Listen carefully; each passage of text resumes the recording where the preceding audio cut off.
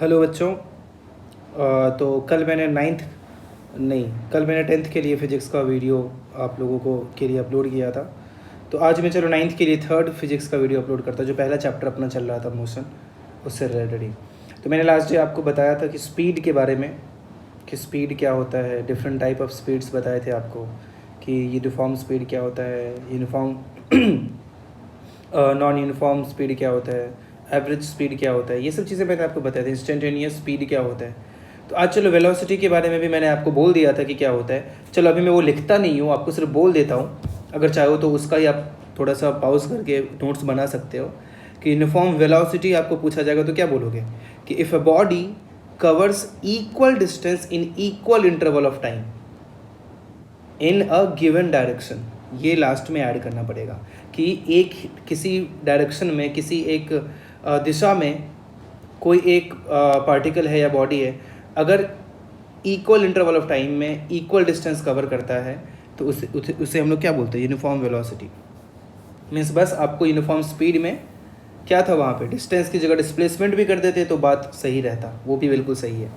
और अगर non uniform velocity पूछा जाए तो क्या बोलोगे, when a body does not cover equal distances in equal interval of time in a given direction, that is called variable velocity या फिर नॉन यूनिफॉर्म वेलोसिटी। ओके, आगे बढ़ते हैं। अब आपको पूछा जाएगा कि बताओ एवरेज वेलोसिटी क्या होता है। एवरेज वेलोसिटी तो वही काम बोलेंगे हम लोग कि एवरेज वेलोसिटी क्या होगा। चलो ये लिख देता हूँ मैं थोड़ा सा। अगर पूछा जाए एवरेज वेलोसिटी क्या होता है तो क्या बोलोगे, इसका मैं सिर्फ फॉर्मूला लिखता हूँ। चलो इसके लिए बोलूँगा average velocity is equals to total displacement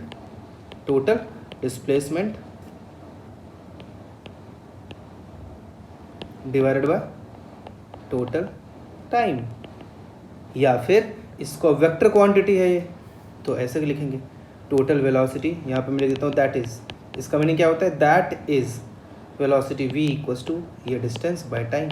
ये क्या हो गया, एवरेज वेलोसिटी हो गया।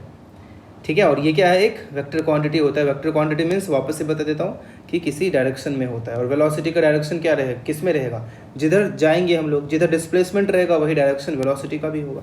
और वैसे ही एक और टर्म आता है इंस्टेंटेनियस वेलोसिटी। तो इंस्टेंटेनियस वेलोसिटी क्या होता है, अब इंस्टेंटेनियस मतलब क्या होता है, किसी एक पर्टिकुलर टाइम पे। तो the velocity of an object at a particular instant of time is called instantaneous velocity. ठीक है, तो ये आपको इजीली मतलब किसी टाइम पे बोला जाए कि हाँ चौथे सेकंड पे उसका वेलोसिटी क्या है तो उसको इंस्टेंटेनियस वेलोसिटी। तो आगे जब आगे आप पढ़ोगे आगे की कक्षा में, मीन्स 11th का जो स्टार्टिंग होगा तो वहाँ पे इंस्टेंटेनियस वेलोसिटी का फॉर्मूला बताऊंगा ds बाय dt। इसका मीनिंग होता है, ds का मतलब होता है डिस्टेंस में जो चेंज हुआ है ना, ds मतलब होता है उस किसी फिक्स टाइम में, टाइम के रिस्पेक्ट में। dt मीन्स होता है टाइम में जो चेंज हुआ। तो वो चीज़ हम लोग बाद में पढ़ेंगे, बस अभी मैंने बस लिख दिया, मेरे दिमाग में आया तो ds बाय dt से उसके लिख सकते हैं। बस इतना आप याद रखो और कुछ एक्स्ट्रा सोचना नहीं है फिलहाल इस बारे में कि instantaneous velocity ds by dt बोला जा सकता है। और ये भी क्या होता है, एक वेक्टर क्वांटिटी होता है, क्योंकि देख सकते हो कि वेक्टर ऊपर साइन लगा हुआ है। अब ऐसे आपको और भी सवाल पूछे जा सकते हैं कि बताओ स्पीड और वेलोसिटी में डिफरेंस क्या होता है। तो ऐसा आप लिख सकते हो कि speed it is a rate of change of position of an object. बस इतना काफ़ी रहेगा स्पीड के लिए। वेलोसिटी के लिए क्या लिखोगे, it is a rate of change of position of an object in a specific direction. मतलब किसी एक पर्टिकुलर किसी दिशा में अगर हम लोग कुछ मूवमेंट हो रहा है तो उसको वेलोसिटी बोलेंगे, है ना। और कुछ डायरेक्शन मैटर नहीं करे अगर तो उसको स्पीड बोलेंगे। या फिर और दूसरा आप बोल सकते हो कि स्पीड इक्वल्स टू होता है distance travelled by time, velocity equals to होता है displacement by time. Speed is a scalar quantity, velocity is a vector quantity. ठीक है, speed will always be positive, है ना। ये बहुत इंपॉर्टेंट पॉइंट है। चलो ये वाला मैं लिख देता हूँ कि speed will always be positive but velocity will be positive or negative depending on the direction of motion, है कि नहीं। मोशन की डायरेक्शन पर डिपेंड करेगा कि वेलोसिटी पॉजिटिव होगा या नेगेटिव होगा। समझ रहे हो आप? तो अब एक नेगेटिव पॉजिटिव, इसमें आप कन्फ्यूजन मत रखना कब नेगेटिव होगा। मैंने थोड़ा सा आपको लास्ट लेक्चर में से बताया भी था कि अगर x के राइट में जाएंगे तो पॉजिटिव, उसके लेफ्ट में जाएंगे तो नेगेटिव। वो तो चलो x y हो गया। अगर अपने भाषा में देखा जाए तो अगर आप जा रहे हो, सपोज आप RR घाट से निकलते हो, एक जगह है RR घाट, वहाँ से आप निकलते हो, मधेपुरा की तरफ जा रहे हो, तो मधेपुरा तरफ जा रहे हो तो आप बोलोगे कि मधेपुरा तरफ जो भी जाएगा गाड़ी अब वो सब पॉजिटिव डायरेक्शन में अगर मान लिया उसे, तो अब अपोजिट जब जो मधेपुरा की तरफ से जो गाड़ी आ रही है उसका डायरेक्शन क्या हो गया? नेगेटिव, है कि नहीं? तो उल्टा चलेगा। कई बार ऐसे एज्यूम भी करेंगे कि चलो जैसे धरती से मैंने कुछ ऊपर की तरफ उछाला, तो वहाँ पे जो ऊपर की तरफ उछाला, तो अगर ऊपर की दिशा को पॉजिटिव बोलेंगे तो जब वो वापस आएगा तो नीचे आएगा ना। तो अगर कुछ ऊपर से नीचे गिर रहा है तो उसको क्या बोलेंगे? नेगेटिव डायरेक्शन बोलेंगे, है कि नहीं? वो डिपेंड करता है आगे, वो उस पर हम लोग अज्यूम करेंगे, मानेंगे उस चीज़ को। समझ रहे हैं आप? तो ऐसे अब देखो कई टाइप के क्वेश्चन भी आपसे पूछे जा सकते हैं, जो मैंने पहले भी आपको कराया भी था कि एक पॉइंट A है, B है, C है, वहाँ से ऐसे हुआ, तो उसमें आप बताओ कि क्या उसका डिस्टेंस तो पूछा ही गया था, स्पीड क्या रहेगा, कैसे रहेगा, है ना? तो उस टाइप का एग्जाम्पल बहुत ही आसान रहता है, उसमें कुछ वो नहीं है। चलो फिर भी मैं एक दो एग्जाम्पल इस पर बेस्ड करा देता हूँ। जैसे एक सवाल चलो करते हैं। Question, a body starts from A and moves according to given figure. Okay, time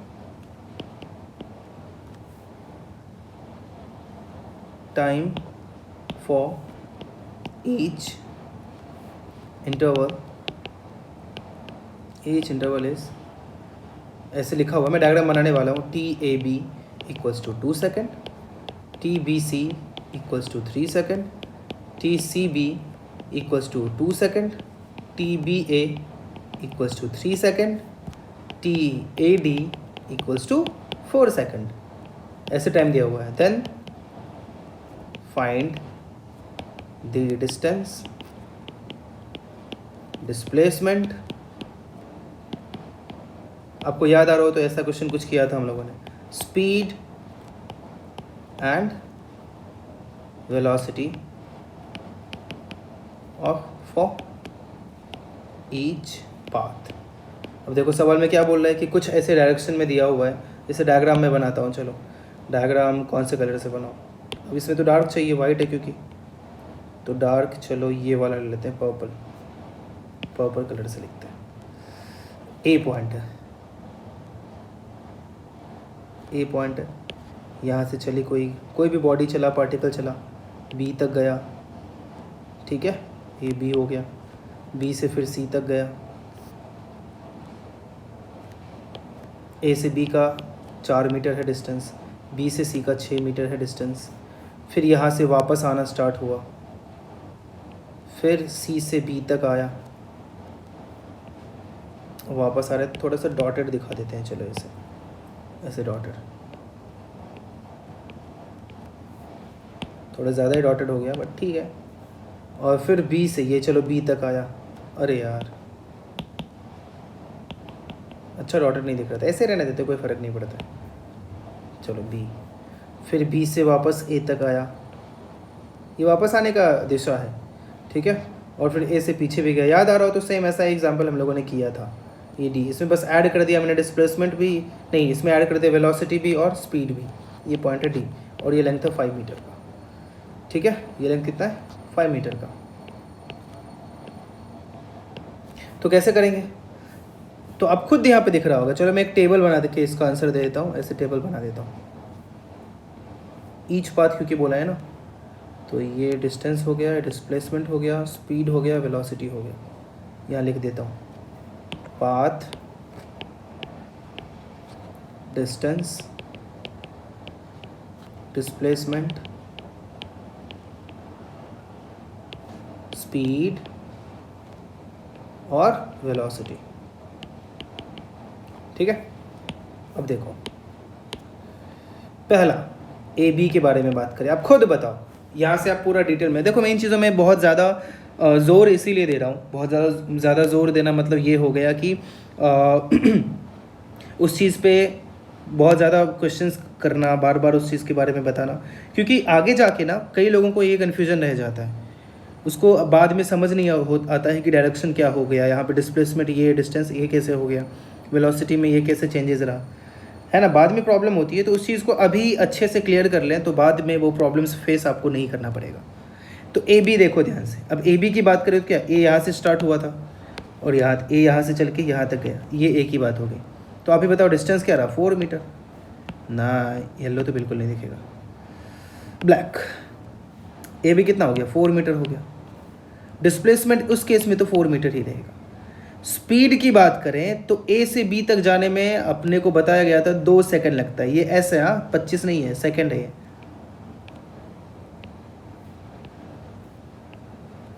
2 second लगता है, तो आप ही बोलो स्पीड क्या, 4 मीटर जाना पड़ा और 2 सेकंड लगा टाइम, तो मैं 2 मीटर पर सेकंड बोल दूँ। और वेलोसिटी क्या होता है, डिस्प्लेसमेंट बाय टाइम, तो डिस्प्लेसमेंट भी 4 ही मीटर था, तो इस केस में वेलोसिटी भी क्या रहेगा, 2 मीटर पर सेकंड। ठीक है, आगे एक और, ये मैं ए बी सी कर देता हूँ, ये ए बी सी बी कर देता हूँ, ये ए बी सी ए कर देता हूँ, और ये A B C A D कर देता हूँ। ठीक है,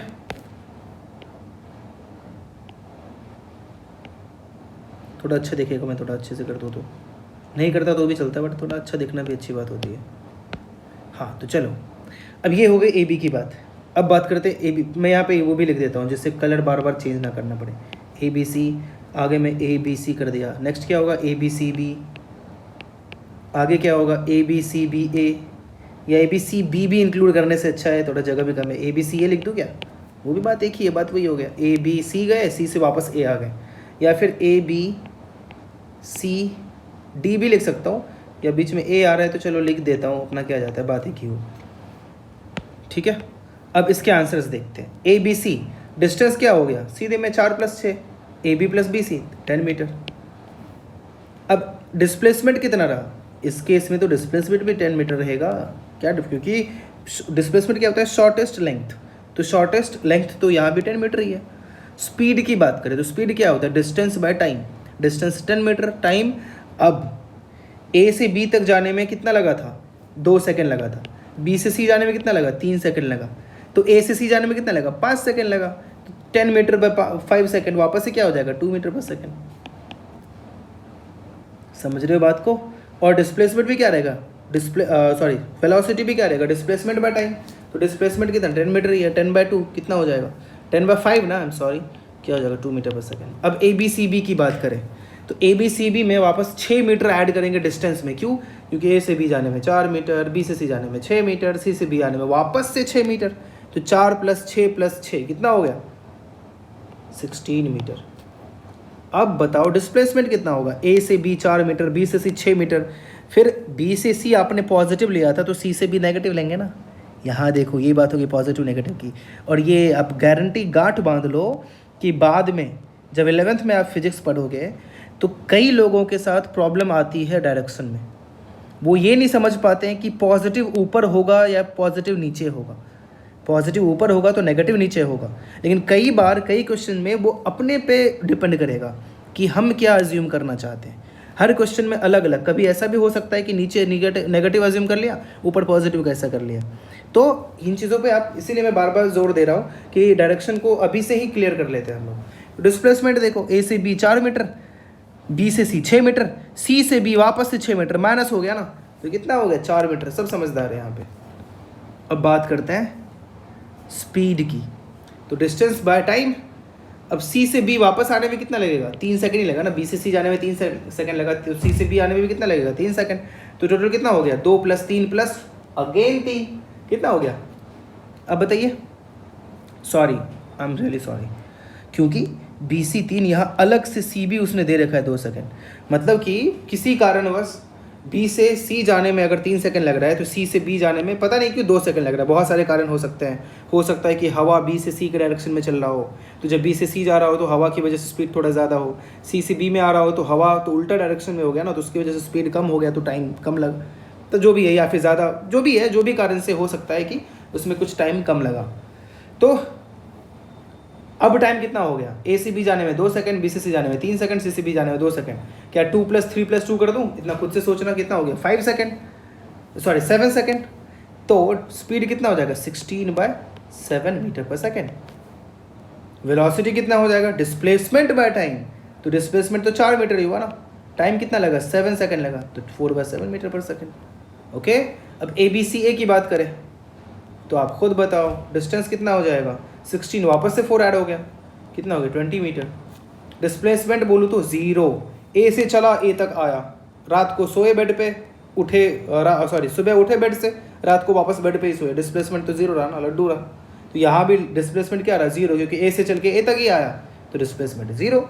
स्पीड कितना हो जाएगा, अब टाइम 4 मीटर एक्स्ट्रा कर दे, नहीं नहीं नहीं नहीं नहीं नहीं नहीं नहीं, बी से ए आने में 3 सेकंड लगा था, बी से ए से बी जाने में देखो 2 सेकंड लगा था, बी से ए जाने में 3 सेकंड लगा। अब जो भी कारण हो, अपने को उससे मतलब नहीं है, बट इसने बोल दिया कि ये मतलब टाइम बी से ए जाने में 3 सेकंड लग रहा है, तो ए से बी जाने में 2 सेकंड, बी से सी जाने में 3 सेकंड, तो 5 सेकंड हो गया। सी से बी जाने में 2 सेकंड, तो 5 2 7 सेकंड, और बी से ए वापस आने में 3 सेकंड, 7 3 10 सेकंड। तो डिस्टेंस 20 है, स्पीड टाइम टोटल 10 सेकंड लगा, तो डिस्टेंस बाय टाइम वापस से 2 मीटर पर सेकंड लिख दूँ क्या, उसका स्पीड ऐसे रहा, है कि नहीं, समझ रहे हो आप। और अगर वेलोसिटी पूछा जाए तो जब डिस्प्लेसमेंट ही 0 रहा तो वेलोसिटी क्या बोलना, 0 ही रहेगा, 0/10। और ABCD आपको जानना हो अगर ABCD के बारे में, तो वापस से कितना 5 ऐड कर दो 5 मीटर, तो कितना हो जाएगा 25 मीटर।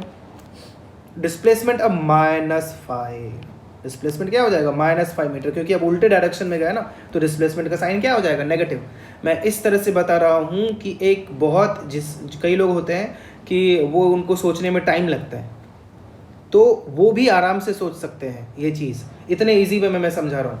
तो इस चीज़ को आप समझिए और बिल्कुल मिस मत करना, पूरा देखना कंप्लीट, और फिजिक्स में भी कोई दिक्कत नहीं होगा आपको, ठीक है। स्पीड की बात करें तो क्या, वापस से अब ए से डी जाने में भाई साहब ने बताया था 4 सेकंड लगता है, तो यहाँ तक अगर जाने में 2 सेकंड 5, मैं बार बार ऐड करके दिखाता हूँ, 7 3 10 और 4 सेकंड होगा, 14 सेकंड लग गया। तो इधर क्या हो जाएगा 25/14 मीटर पर सेकंड, ठीक है। और अगर डिस्प्लेसमेंट की बात करें तो कितना हो जाएगा बताओ, -5 था, तो डिस्प्लेसमेंट भी सदिश राशि है, तो क्या डायरेक्शन भी होगा उसका, तो -5/14 है मीटर पर सेकंड। डिस्प्लेसमेंट नेगेटिव हो सकता है, वेलोसिटी भी नेगेटिव हो सकता है, ठीक है, आसान है।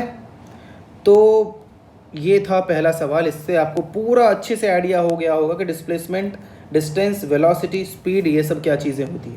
एवरेज स्पीड, ये सब एवरेज स्पीड ही है ना, तो एवरेज स्पीड क्या होता है, ये सब भी आपको समझ में आ गया होगा। ओके, आगे बढ़ते हैं। एक और क्वेश्चन इस पे बेस कर लेता हूँ कि एवरेज स्पीड कैसे निकाल सकते हैं। क्वेश्चन है, ग्रीन कलर से लिखते हैं। क्वेश्चन है, a car covers the first half of the distance between two places at a speed of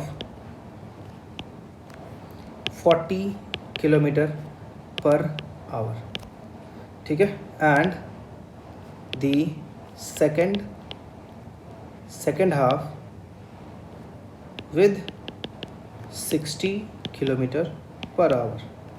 समझ रहे सवाल, एक कार है, वो पहला हाफ किसी मतलब समझ लो उसको कहीं से कहीं तक जाना है, जैसे समझ लो उसको अरार से सहरसा जाना है। अगर जिन लोगों को नहीं पता अरार सहरसा सब क्या है, वो किसी और जगह का स्टूडेंट है, वो ये वीडियो देख रहे हैं, तो आप ये समझ लो कि जगह का नाम है, अरार एक जगह है, सहरसा एक जगह है, मधेपुरा एक जगह है। ओके, तो अरार से सहरसा कोई किसी को जाना है, वो अरार से मधेपुरा तक, चलो फर्स्ट हाफ बोलते हैं, मधेपुरा से सहरसा दूसरा सेकंड हाफ बोलते हैं। तो अरार से मधेपुरा वो जाता है 40 km/h की रफ्तार से, और मधेपुरा से सहरसा जाता है 60 km/h की रफ्तार से, ठीक है। तो पूछता है कि what is the average speed of the car. Okay, तो कार का एवरेज स्पीड क्या है। अब ये कैसे करेंगे, तो इसके लिए हम लोग क्या करेंगे, देखो एवरेज स्पीड का आप डेफिनेशन याद करो क्या होता था। एवरेज स्पीड का डेफिनेशन होता था सिर्फ एक, total distance by total time.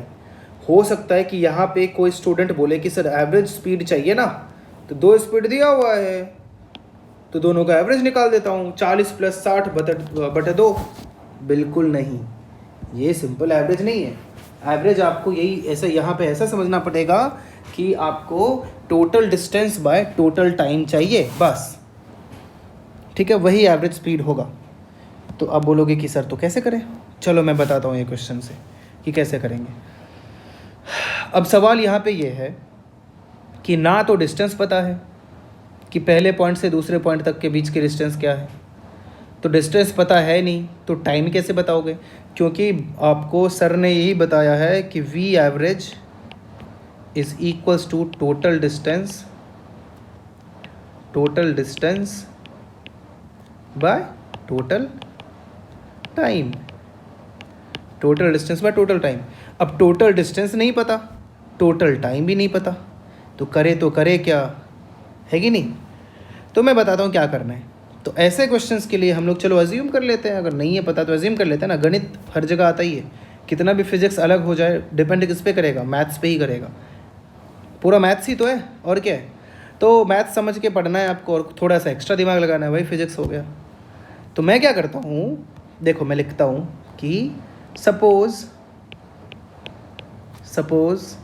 The total distance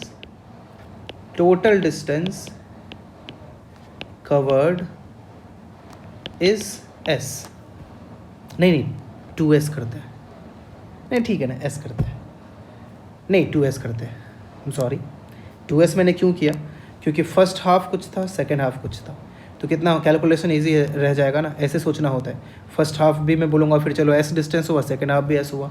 अगर ऐसे अज्यूम करते तो फर्स्ट हाफ s/2 होता, सेकंड हाफ s/2 होता, कैलकुलेशन आंसर सेम ही आता, लेकिन थोड़ा सा ज़्यादा कैलकुलेशन करना पड़ता, इसलिए मैंने बोला कि चलो 2s अज्यूम करते हैं। ओके, अब देन टाइम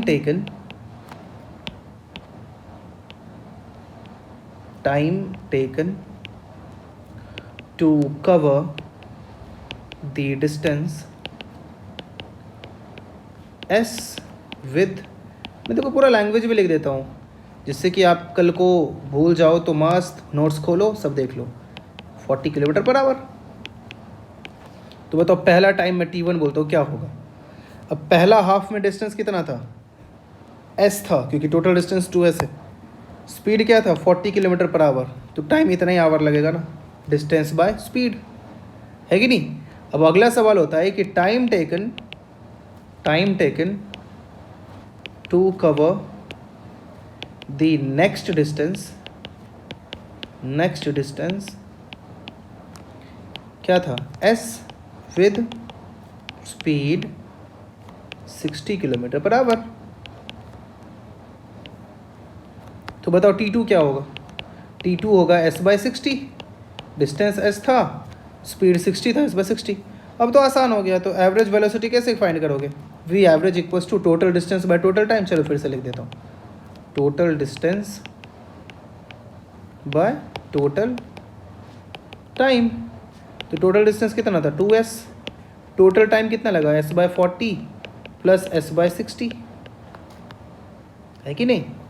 तो ये अब ये कैलकुलेट करो, कैसे करोगे, 2s बाय इसका एलसीएम कितना आएगा 120, 3s plus 2s equals to 2s into 120 by 5s, s ख़त्म हुआ, 24 5 120, 48 km/h। देखो आंसर आ गया। तो देखो किसी एंगल से अगर 40 + 60 जो क्वेश्चन था, अगर 40 + 60/2 करते आप तो 50 आता, तो 50 है क्या, थोड़ा सा उससे अंतर है। आंसर क्या आ गया, एवरेज स्पीड क्या रहा 48 km/h। तो इस तरह से आप लोग किसी भी क्वेश्चन को इस आप ऐसे करके सॉल्व कर सकते हो, है ना। अब यहीं पे मैं आपको एक होमवर्क दे देता हूँ जो आप सबको करना है। ये मैं लिखता हूँ रेड कलर से, चलो ये होमवर्क है, आप सबको करना है। और गुड, आप लोग होमवर्क कर रहे हो, मैं देख रहा हूँ। डोंट वरी, मैं जल्दी सब चेक करके आपको जैसे पहले भी बताया था वैसे ही बता दिया करूँगा, डोंट वरी। और आप होमवर्क करते रहिए, रुकना नहीं है, ठीक है, बिल्कुल रुकना नहीं है, करते रहना है। आपको देखना बाद में खुद भी पता चलेगा कि कितने ज़्यादा फ़ायदे में हो तुम लोग, ठीक है। और जैसे मैं देख रहा हूँ अब लगातार हम लोग वीडियोस डालते रहते हैं, लगातार आप लोग भी पढ़ाई कर रहे हो, तो अब मुझे फ़ील हो रहा है कि इतना कुछ ज़्यादा आपको नुकसान नहीं हुआ जितने बाकी स्कूल वालों को हो गया है। बाकी स्कूल वालों को मैं जैसे देख पा रहा हूँ कि बहुत नुकसान हुआ है, क्योंकि वो लोगों से बहुत सारी चीज़ें नहीं हो पा रही हैं, बहुत सारा कारण उसका हो सकता है। तो जिस वजह से उन लोगों को दिक्कत फेस करना पड़ रहा है, लेकिन भगवान की दया से और हम लोगों के मेहनत से और आप लोगों के भी सपोर्ट से हम लोग इतना कुछ पढ़ाई कर पा रहे हैं। लगभग अब हर सब्जेक्ट का ही हो जा रहा है। एक दो सब्जेक्ट जो बाकी है उनका भी जल्दी ही स्टार्ट हो जाएगा और उसकी पढ़ाई भी आप लोगों की हो पाएगी। तो मुझे नहीं लगता है कि आप लोगों को कुछ भी बहुत ज़्यादा दिक्कत देखना पड़ रहा है, ठीक है। आई होप कि ऐसे ही हम लोग आगे करते रहें, आप लोग भी इसी तरह सपोर्ट करते रहें। तो ठीक है, चलो होमवर्क का क्वेश्चन लिखता हूँ, सब लोग ये होमवर्क करना। सवाल है, अ नॉन स्टॉप बस। और एक और बात मैं बोलना चाहता था कि जैसे कि कुछ ऑनलाइन क्लासेस होता है, आपको पता है कि हम लोगों के स्कूल में ऑनलाइन क्लासेस कब से चल रहा है, कब से मीन्स मुझे अगर याद आता है कि तो अब 3-4 साल तो हो गया। 3-4 साल से हम लोग लाइव, ऑनलाइन नहीं, लाइव लेक्चर्स लेते हैं। जैसे मैं लेता हूँ, मैं लिया करता था, और फिजिक्स के भी लेक्चर्स होते हैं, केमिस्ट्री का भी लगातार लेक्चर होता है। तो ऑनलाइन लेता था, तो वहाँ पे क्या था कि एक सेंटर है, जैसे हम लोगों ने वहाँ प्रोजेक्टर लगा रखा है, सब चीज़ें, सब सुविधाएं हैं वहाँ पे, हर तरह की सुविधाएं हैं, तो आप आराम से बैठ के वहाँ पे पढ़ लोगे। लेकिन अभी भी जैसे मैंने सोचा था कि आपको लाइव यहाँ से मैं घर पे पढ़ाऊँ, जैसे अभी मैं यहाँ के स्टूडेंट्स को लाइव पढ़ाता हूँ लगातार, ओके, तो लाइव पढ़ाता हूँ। और बहुत सारे अलग अलग सिस्टम होते पढ़ाने में, जैसे जूम पे बहुत लोग लिया करते हैं, एक ऐप है जूम, एक सॉफ्टवेयर है जूम, जिसके थ्रू लेक्चर्स होते हैं, मीन्स ऑनलाइन कॉन्फ्रेंसिंग होता है, तो उसके थ्रू लेक्चर लिया करते हैं। तो मैं तो ऐसे जूम पे नहीं लेता हूँ, क्योंकि पहली चीज़ वो फ्री है, तो आपको पता है कि फ्री का सर्विस कैसा होता है, तो उसके थ्रू तो मैं तो नहीं लेता हूँ यहाँ पे। और मैं किसी और दूसरे तरीके से लेता हूँ, जो पेड वर्जन होता है, जिसके पैसे भी लगते हैं, बट उसमें फ़ायदा ये होता है कि सिक्योर रहता है। जैसे कि अगर आप जूम से लेक्चर्स चल रहे हैं तो उससे बहुत दिक्कतें होती है, जैसे आप न्यूज़ में देखते होंगे, बहुत दिक्कत हो सकती है उससे, आपका अकाउंट पूरा हैक हो सकता है, जो भी अकाउंट के पैसे हैं वो सब गायब हो सकते हैं। ऐसा हुआ भी है, बहुत सारी और भी दिक्कतें हैं, चलो वो डिस्कशन का पार्ट नहीं है। लेकिन अभी मैं वहाँ के बच्चों के लिए लाइव लेक्चर्स इसीलिए अरेंज नहीं कर पा रहा हूँ क्योंकि बहुत सारा दिक्कत है। पहली दिक्कत, वहाँ पे इंटरनेट कनेक्शन सारे बच्चों के पास अच्छा है नहीं, है कि नहीं, इंटरनेट कनेक्शन सारे बच्चों के पास अच्छा नहीं है, जिस वजह से लेक्चर लाइव अगर मैं लूँगा भी तो बीच में 10 बार मुझे बोलना पड़ेगा, आवाज़ आ रही है नहीं आ रही है, बीच में 10 बार बोलना पड़ेगा, आपको दिखाई दे रहा है नहीं दिखाई दे रहा है, बीच में फिर डिस्कनेक्ट हो जाएगा, तो आपका जो पार्ट छूट गया वो पार्ट छूट गया, है ना। मैंने बहुत अच्छे से सोचा था कि आप लोगों के लिए और भी बहुत अच्छे से मैं अरेंज करूँ, सब स्टूडेंट का अलग से अकाउंट बना दूँ मैं बहुत चीज़ों में, वो सब मैंने सोचा था। बट बाद में जैसे पापा ने सजेस्ट किया कि ये सब अभी रुक जाते हैं, क्योंकि हो सकता है कि बहुत बच्चों के पास ना हो इंटरनेट, जो हो सकता है नहीं है, जिस वजह से नहीं कर पाए ये चीज़। तो कोई नहीं, उस चीज़ का भी मैं देख रहा हूँ, फिर जितनों का हो पाए कोशिश करेंगे हम लोग। और इसीलिए मैंने यूट्यूब को चूज़ किया कि इसके थ्रू तो सब बच्चों के साथ पहुँच सकते हैं, सब बच्चों के पास आप लोग पढ़ सकते हो। तो इसी चीज़ को हम लोग कंटिन्यू रखेंगे, और होगा तो आगे हम लोग लाइव भी करेंगे। और अगर थोड़ा बहुत ठीक रहा तो मेरे अपने स्कूल में है ही लाइव लेक्चर्स, मैं अब से रेगुलर वहाँ पे भी जैसे पहले होता था वैसे फिर कंटिन्यू भी हो जाएगा, ओके। तो चलो ठीक है, अभी क्वेश्चन पे आते हैं, बहुत बातें हो गई। A non stop bus goes from one station to another station with a speed of 54 kilometer per hour. Okay, the same bus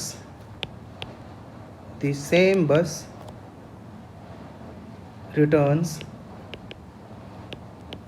from the second station to the first station with a speed of 36 kilometer per hour. ठीक है, क्या बोल रहा है question में कि एक कोई बस है, नॉन स्टॉप बस है, एक जगह से चलता है दूसरी जगह रुकता है, नॉन स्टॉप का वही मीनिंग होता है, और फिर वो 54 किलोमीटर पर आवर की स्पीड से चलता है, और वापस आने के टाइम में जाता है 54 किलोमीटर पर आवर की स्पीड से, बट आते टाइम उसका स्पीड कम हो जाता है, वो कितना हो जाता है 36 किलोमीटर पर आवर। ठीक है, सवाल ये है फाइंड दी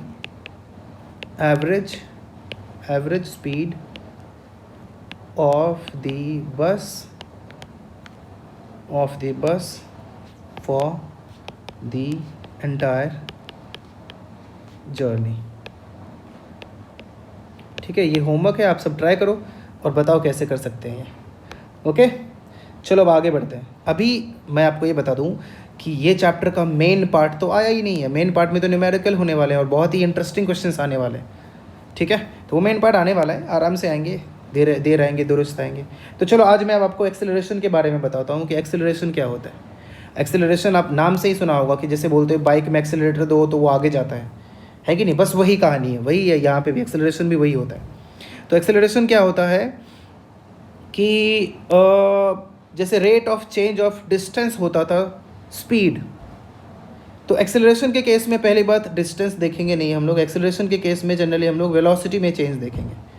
एक्सेलरेशन के चेंज में केस में क्या देखेंगे, वेलोसिटी में चेंज देखेंगे। मीन्स अगर वेलोसिटी में जो भी चेंज आया है ना, जिस रफ्तार से जा रही थी गाड़ी, उस रफ्तार में जो चेंज आया 50 किलोमीटर पर आवर से अगले मोमेंट पे 60 किलोमीटर पर आवर हो गया, तो वो जो चेंज आया वेलोसिटी में, उसी को एक्सेलरेशन बोला जाता है। इसीलिए अब जो चेंज वो कौन कर पा रहा है, चेंज कर पा रहा है एक्सेलरेटर, तो उसको एक्सेलरेटर बोल दिया, क्योंकि इसी की वजह से तो चेंज हो रहा है ना स्पीड में। तो change of speed, change of velocity is called acceleration. चलो इसका डेफिनेशन लिखते हैं।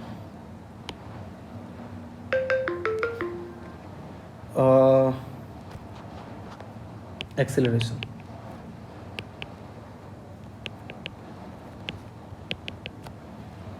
ठीक है, देखो एक्सेलरेशन क्या होता है। चलो डेफिनेशन में अभी मैंने आपको समझा तो दिया ही, उसका बताता हूँ, लिख देता हूँ मैं डेफिनेशन। तो mostly the velocity of a moving object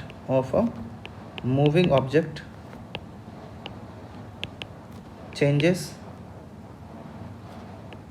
either in magnitude or in direction.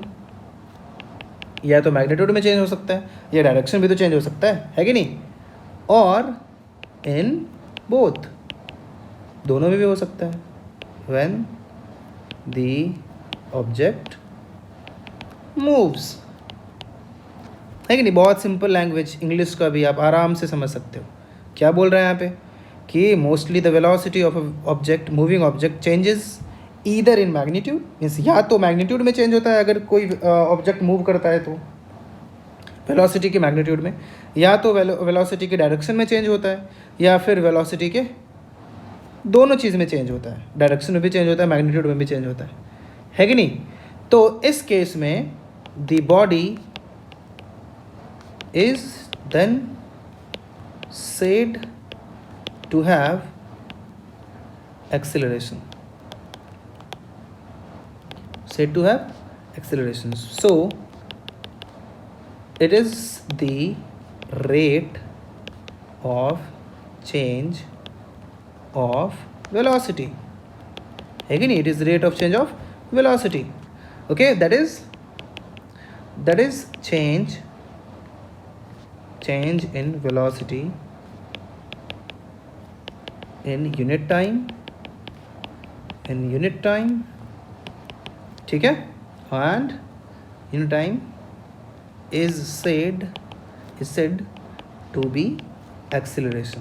क्या बोलेंगे इसको, एक्सीलरेशन बोलेंगे, एक्सीलरेशन बिल्कुल नहीं बोलेंगे, क्या बोलेंगे, एक्सीलरेशन बोलेंगे। और एक और बात, it is a vector quantity,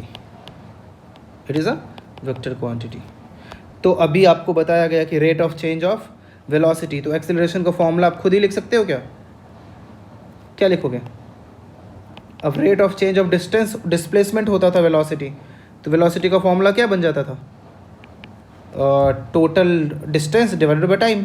तो इसका भी वही हो गया, टोटल स्पीड। अब टोटल स्पीड तो कुछ नहीं होता है, तो क्या होता है, change in velocity, change in velocity divided by time, है कि नहीं। Change in velocity divided by time क्या हो जाता है, एक्सेलरेशन हो जाता है कि नहीं आसान। मीन्स एक्सेलरेशन को पहली बात ए से रिप्रेजेंट करते हैं, तो चेंज इन वेलोसिटी। अब चेंज इन वेलोसिटी मतलब क्या हुआ, चेंज इन वेलोसिटी मैंने बोला कि इस दरमियान वेलोसिटी में क्या चेंज था। मीन्स मीनिंग ये हो गया कि अभी कोई चीज़ चलना स्टार्ट किया, और ऐसे बोला कि अभी चलो चला, चलते हुए इसका स्पीड बोला कि स्टार्टिंग में 10 किलोमीटर पर आवर स्पीड था, और कुछ देर बाद 5 सेकंड बाद उसका स्पीड 40 किलोमीटर पर आवर हो गया। तो चेंज इन स्पीड आप ही बताओ कितना हुआ, 5 सेकंड के अंदर 10 से 40 चला गया, तो चेंज इन वेलोसिटी क्या हो गया, 40 माइनस 10 हुआ कि नहीं। चेंज इन वेलोसिटी क्या हो गया, 40 माइनस 10, और कितने टाइम में, 5 सेकंड में, तो 40 माइनस 10 डिवाइड बाय 5, है कि नहीं। कितना सिंपल है, इसी को पूरा कॉम्प्लिकेटेड बनाना ही नहीं है, याद रखने की ज़रूरत नहीं है, आप समझ जाओ बस कि change in velocity divided by time. तो चेंज मैं बोल देता हूँ कि बाद में जितने सेकंड बाद की, वो बाद की जो वेलोसिटी थी उसको v बोलेंगे, ठीक है, कि हाँ लास्ट में ये वेलोसिटी था, फाइनल ये वेलोसिटी था, माइनस स्टार्टिंग को u बोलेंगे। आगे से ऐसे ही रिप्रेजेंट करने वाला हूँ, खैर ये बात मैं लिख भी दूंगा, डिवाइडेड बाय t। तो चलो मैं यहाँ लिख देता हूँ, v इज़ फाइनल वेलोसिटी, ठीक है। पूरे आगे की कहानी में ऐसे ही होगा कि v मतलब आपको समझना है फाइनल वेलोसिटी, u मतलब आपको समझना है इनिशियल वेलोसिटी, इनिशियल वेलोसिटी मतलब स्टार्टिंग का वेलोसिटी, और t मतलब तो पता ही है टाइम होता है, और a मतलब क्या समझेंगे, एक्सेलरेशन। क्या समझेंगे, एक्सेलरेशन। ये बहुत इंपॉर्टेंट है, आपको समझ में आ जाना चाहिए। अब इसी को थोड़ा सा आप सिंप्लीफाई करोगे ना तो बहुत कुछ मिल जाएगा। अब मेरे दिमाग में आता है कि सर एक्सेलरेशन का फिर यूनिट क्या होगा, तो चलो यही लिख देता हूँ कि SI unit of acceleration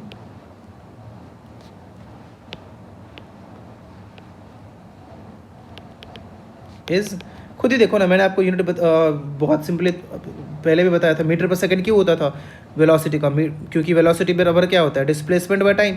displacement को मीटर में मापते हैं, टाइम को सेकंड में मापते हैं, तो मीटर डिवाइडेड बाय सेकंड हो जाता था। यहाँ पे चेंज इन वेलोसिटी, तो वेलोसिटी में जो चेंज होगा उसकी भी तो मीटर पर सेकंड ही बोलेंगे ना, और डिवाइडेड बाय टाइम एक और सेकंड हो जाएगा, तो ओवरऑल क्या बन जाएगा वो, S इंटू एस क्या हो जाएगा, सेकंड स्क्वायर नहीं हो जाएगा। तो इसको ढंग से अगर लिखेंगे तो कैसे लिखेंगे, मीटर पर सेकंड स्क्वायर, ठीक है, होगा कि नहीं। इसका क्या होगा, मीटर पर सेकंड स्क्वायर, ये इसका ऐसा यूनिट हो जाता है। ओके, तो ये कहानी थी एक्सेलरेशन की। अब इसी में 2-4 चीज़ें मैं बोल देता हूँ, उसका डेफिनेशन मैं लिखूंगा नहीं, वो बस बोल देता हूँ मैं कि अब कोई बोलेगा आपको कि बताओ यूनिफॉर्म एक्सेलरेशन क्या होता है। अब यहाँ नाम में लिखा हुआ है, आपको यूनिफॉर्म का मीनिंग मैंने बताया था। तो यूनिफॉर्म मतलब क्या हुआ, एक समान, मतलब एक तरीके से, मतलब एक समान एक्सेलरेशन, मीन्स पूरे रास्ते उसी रेट से एक्सेलरेशन बढ़ता रहा या फिर घटता रहा, ठीक है। मीन्स इसको मैं अच्छे लैंग्वेज में बोलूँगा तो if a body travels in a straight line and its velocity increases in equal amounts in equal intervals of time, ठीक है, this motion is known as uniform acceleration, है कि नहीं। मतलब किसी स्ट्रेट लाइन में कुछ चल रहा है और एक स्पेसिफिक टाइम इंटरवल में अगर वेलोसिटी में उतना ही चेंज होता है हर बार, तो उसको हम लोग क्या बोलेंगे, यूनिफॉर्म एक्सेलरेशन बोलेंगे। एग्जांपल के लिए अगर आपको बोला जाए कि एक बिल्डिंग के ऊपर से एक पत्थर को नीचे की तरफ गिरा दिया, एक बिल्डिंग से एक पत्थर को नीचे गिरा दिया, तो उस पत्थर का जो एक्सेलरेशन होगा वो यूनिफॉर्म होगा।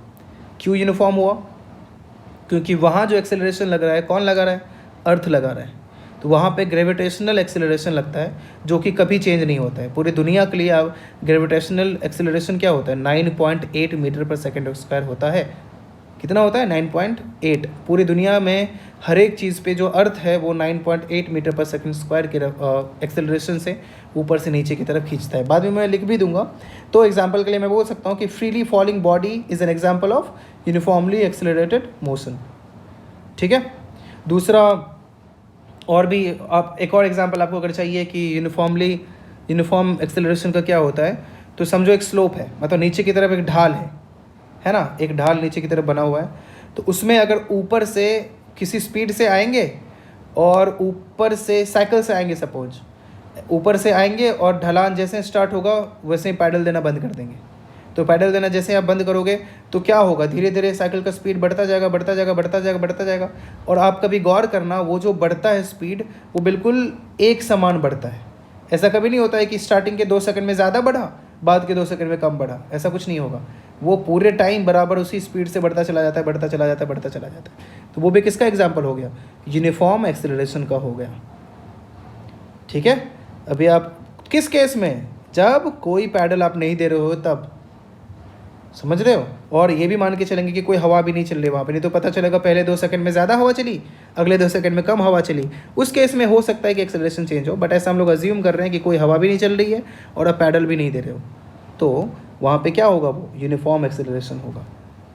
नॉन यूनिफॉर्म क्या होगा एक्सेलरेशन, वही बात हो गई, अगर एक समान रूप से चेंजेस नहीं आता है तो उसको नॉन यूनिफॉर्म एक्सेलरेशन बोलते हैं। और जनरली नॉन यूनिफॉर्म ही होता है, क्योंकि साइकिल भी आप चलाते हो, मोटरसाइकिल भी चलाते हो तो कई बार स्पीड ज़्यादा रेट से बढ़ाते हैं, कई बार स्पीड बढ़ा के 40 पे ही कांस्टेंट कर देते हैं। तो उस केस में 40 पे कांस्टेंट हो गया तो एक्सेलरेशन क्या हो गया, 0 हो गया, क्योंकि इनिशियल वेलोसिटी भी 40 था, फाइनल वेलोसिटी भी 40 था। तो यहाँ पे v - u से 40 - 40 करेंगे तो क्या होगा, 0 होगा। समझ रहे हैं आप। तो ये हो जाता है uniform and non uniform acceleration. ठीक है, तो चलो इसके आगे मैं नेक्स्ट डे बताऊंगा, इसके आगे नेक्स्ट डे डिस्कस करेंगे और भी क्या क्या चीज़ें होती है, और भी इंटरेस्टिंग चीज़ें भी आने वाली है इसमें। तो अभी आप तत्काल मैंने एक होमवर्क दिया, वो क्वेश्चन आप करो, बाकी नोट्स आप बनाते रहो, और नोट्स भी होमवर्क है, आपको नोट्स भी प्रॉपर लिख के भेजना है। ठीक है, चलो बाय बाय, नेक्स्ट डे मिलते हैं। चैनल को प्लीज़ सब्सक्राइब करो, वीडियो को लाइक करो, कमेंट करो कुछ आपको जानना है तो, और शेयर भी करो।